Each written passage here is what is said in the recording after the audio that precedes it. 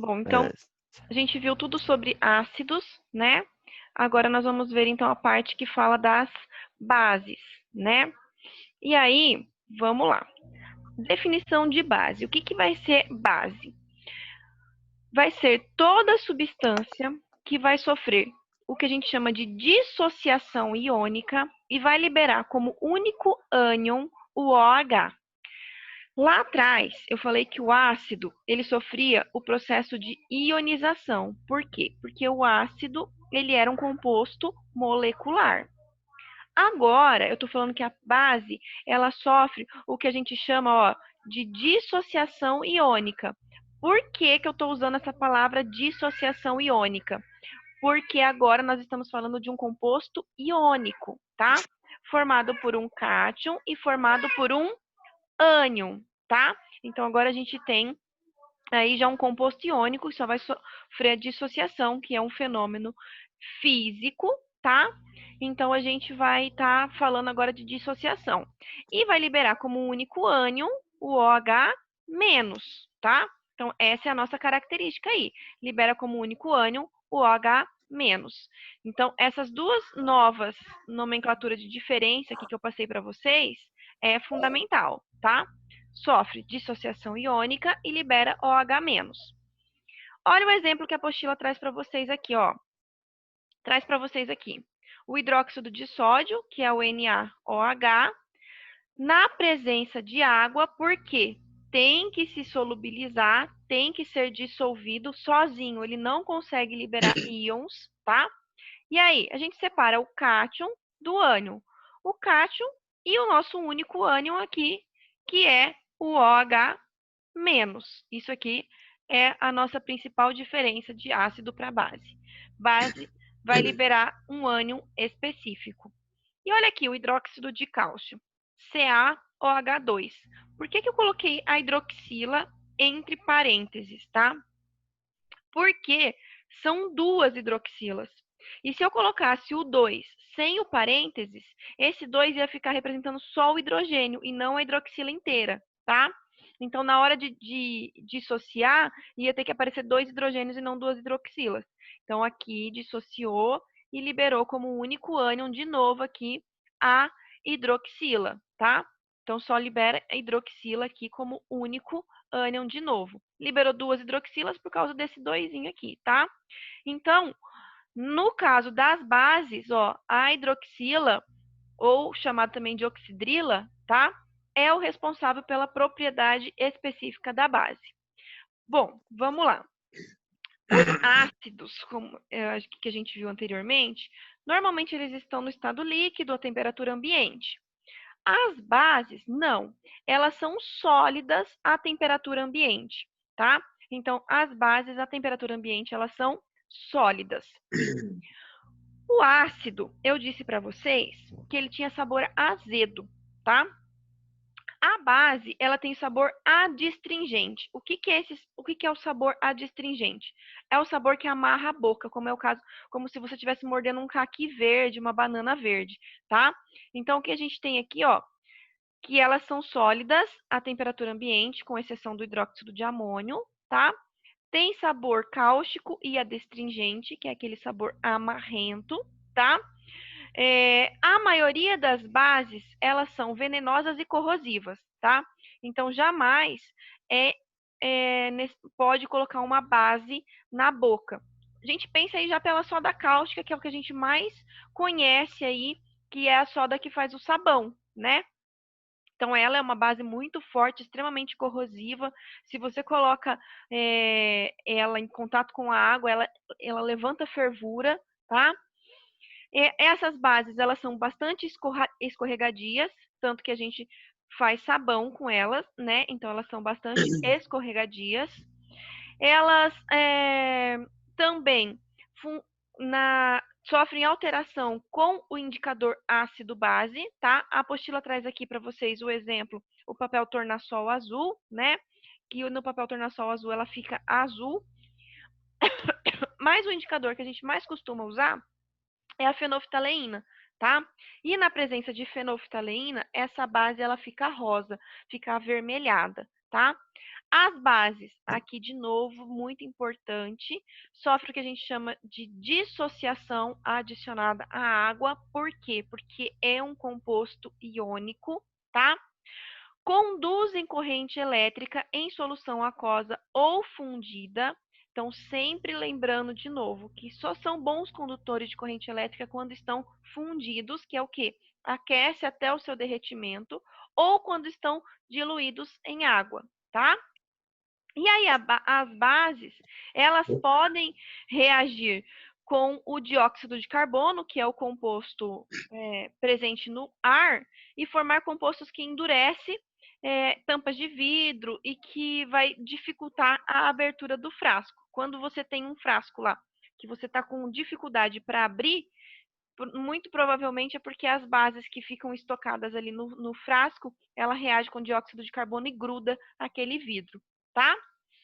Bom, de regra geral, o que, que nós temos? Sempre para a base, vocês vão ter a hidroxila sendo liberada como único ânion. E essas são as suas características gerais aí. Vamos para a classificação dessas bases. Quanto à classificação das bases, eu acho a classificação das bases mais fácil do que a classificação dos ácidos, tá? Elas são, eu acho mais simples. Toda a parte de base eu acho mais simples do que a parte de ácido. Vamos lá, então. Primeira classificação que a gente vai ver aí, primeiro critério que nós temos aqui, ó, é de acordo com o número de hidroxilas ionizáveis, tá? Então, de acordo com o número de hidroxilas ionizáveis. A gente viu lá no ácido, de acordo com o número de hidrogênio, aqui como a hidroxila, porque é o que caracteriza a base, né? Se tiver uma hidroxila, a gente vai ter uma monobase. Duas hidroxilas, uma dibase. De base. 3 hidroxilas, tribases, e 4 hidroxilas, tetrabase. Não vai passar disso, de tetrabase, tá? Muito difícil a gente ter alguma substância que tenha mais de 4 hidroxilas. Então, essa parte aqui, ó, é o primeiro critério que vocês vão estar colocando aí no resuminho de vocês, tá? Acho que tá ficando bom assim, eu grifando para vocês observarem. Tá bom, tá bom. Tá sim, prof. Tá, então Tá. ótimo.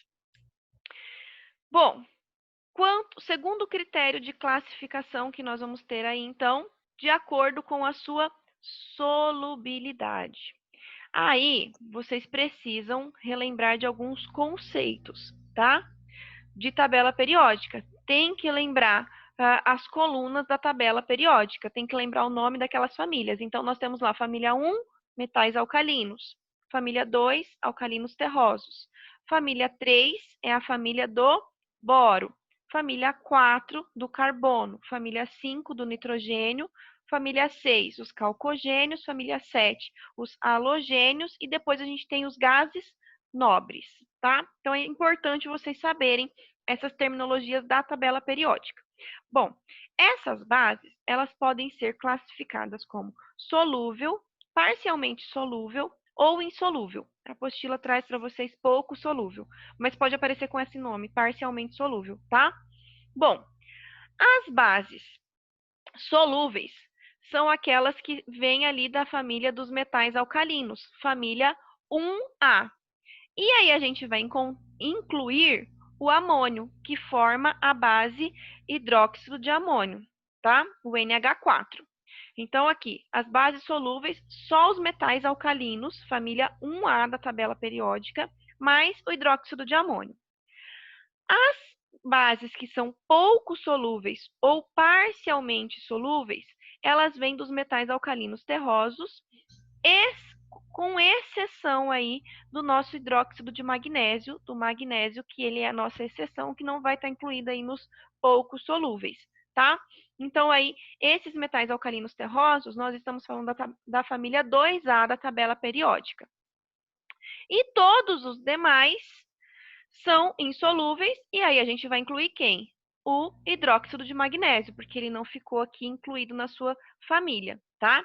Então, a solubilidade das bases, vocês têm que pensar bem certinho nas famílias, porque tem que saber quem que é o alcalino, quem que é o alcalino terroso.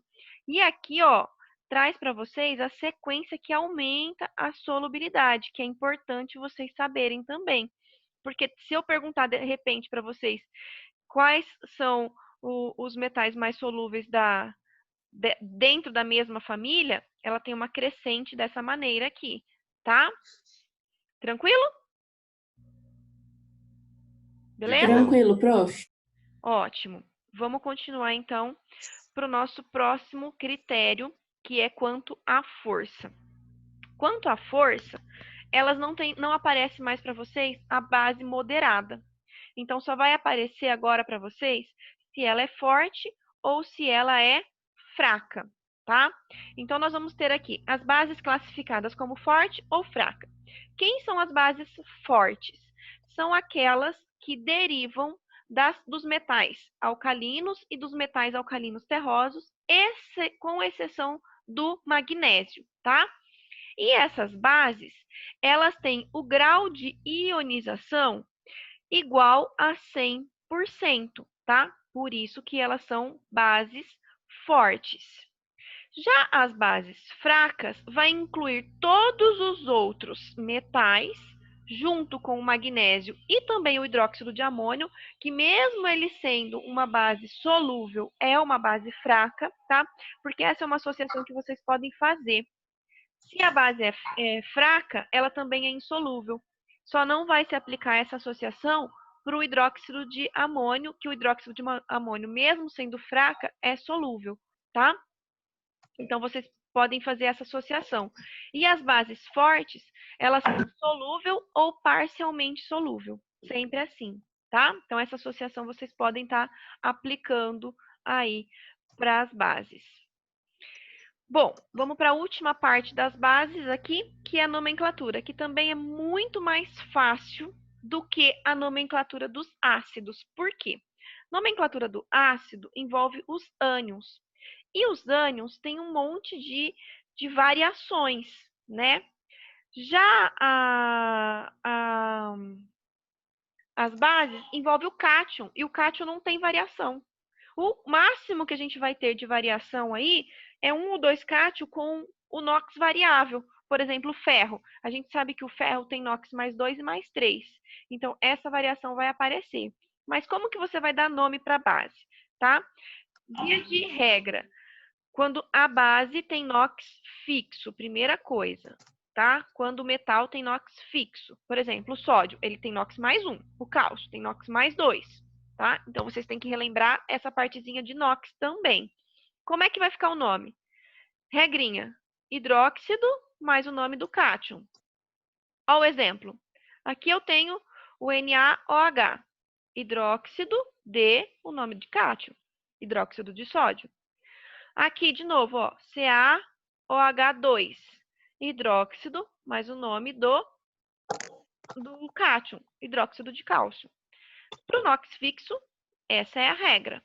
Mas pode ser que ele tenha o NOx variável, como eu disse para vocês. Então, com o NOx variável, aí vocês têm que pensar um pouquinho mais, tá? Por quê?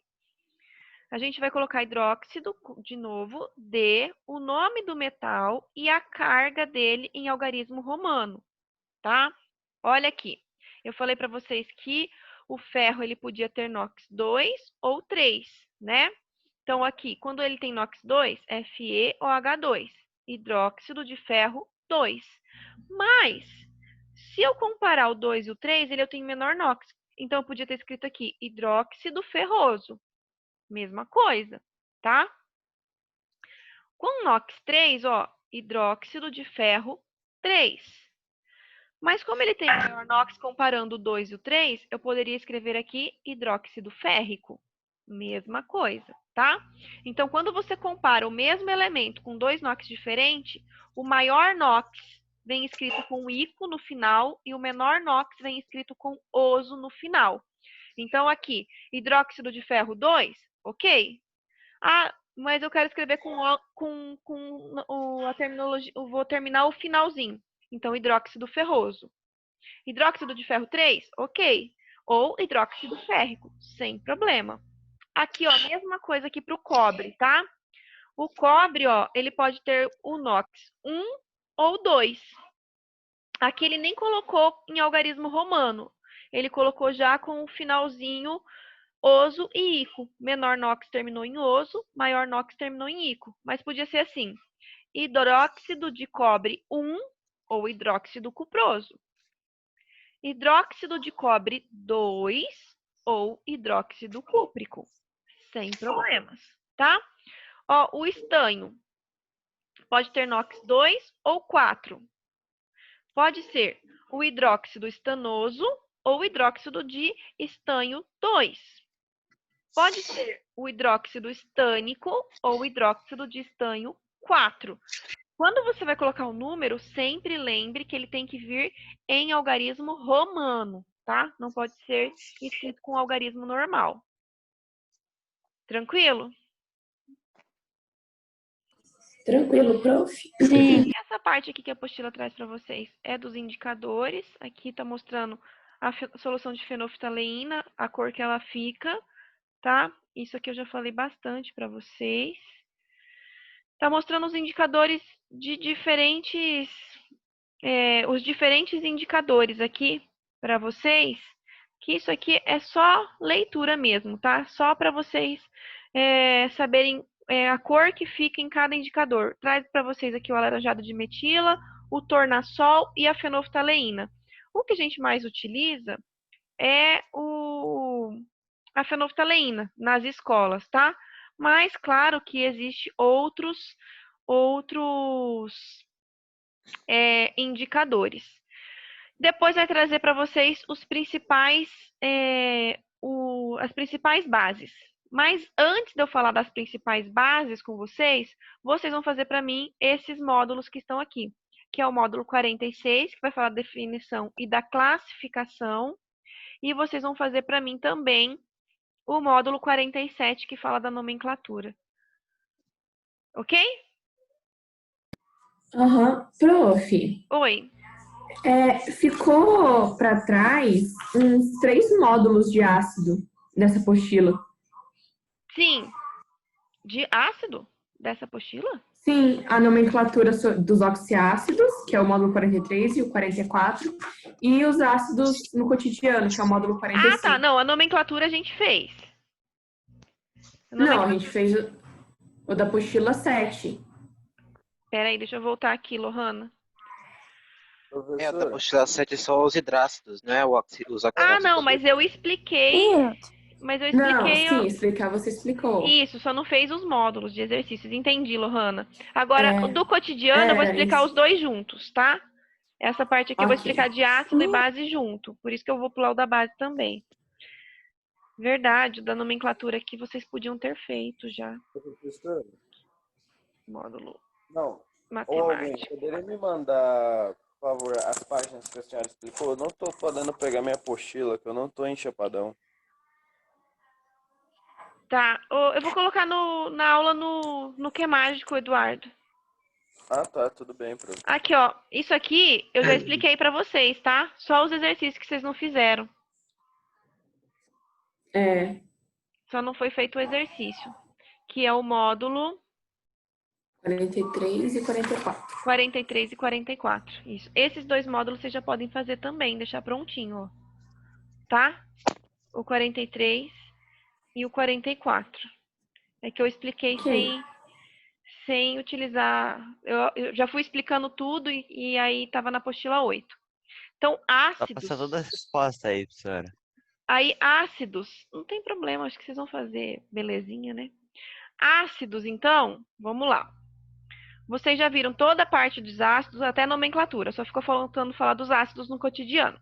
Bases, vocês já viram toda a parte de base até a nomenclatura, só vamos falar das bases no cotidiano. Então, para agora, façam os módulos dos exercícios da nomenclatura, terminem a nomenclatura dos ácidos, 43 e 44, e façam os exercícios de base 45 e 46, ok? Prof, base é 46 e 47. Ah, 45 é os ácidos no cotidiano. Obrigada, Lohana. Pera, professora, eu não entendi nada. Muito módulo, não entendi nadinha. 4 módulos.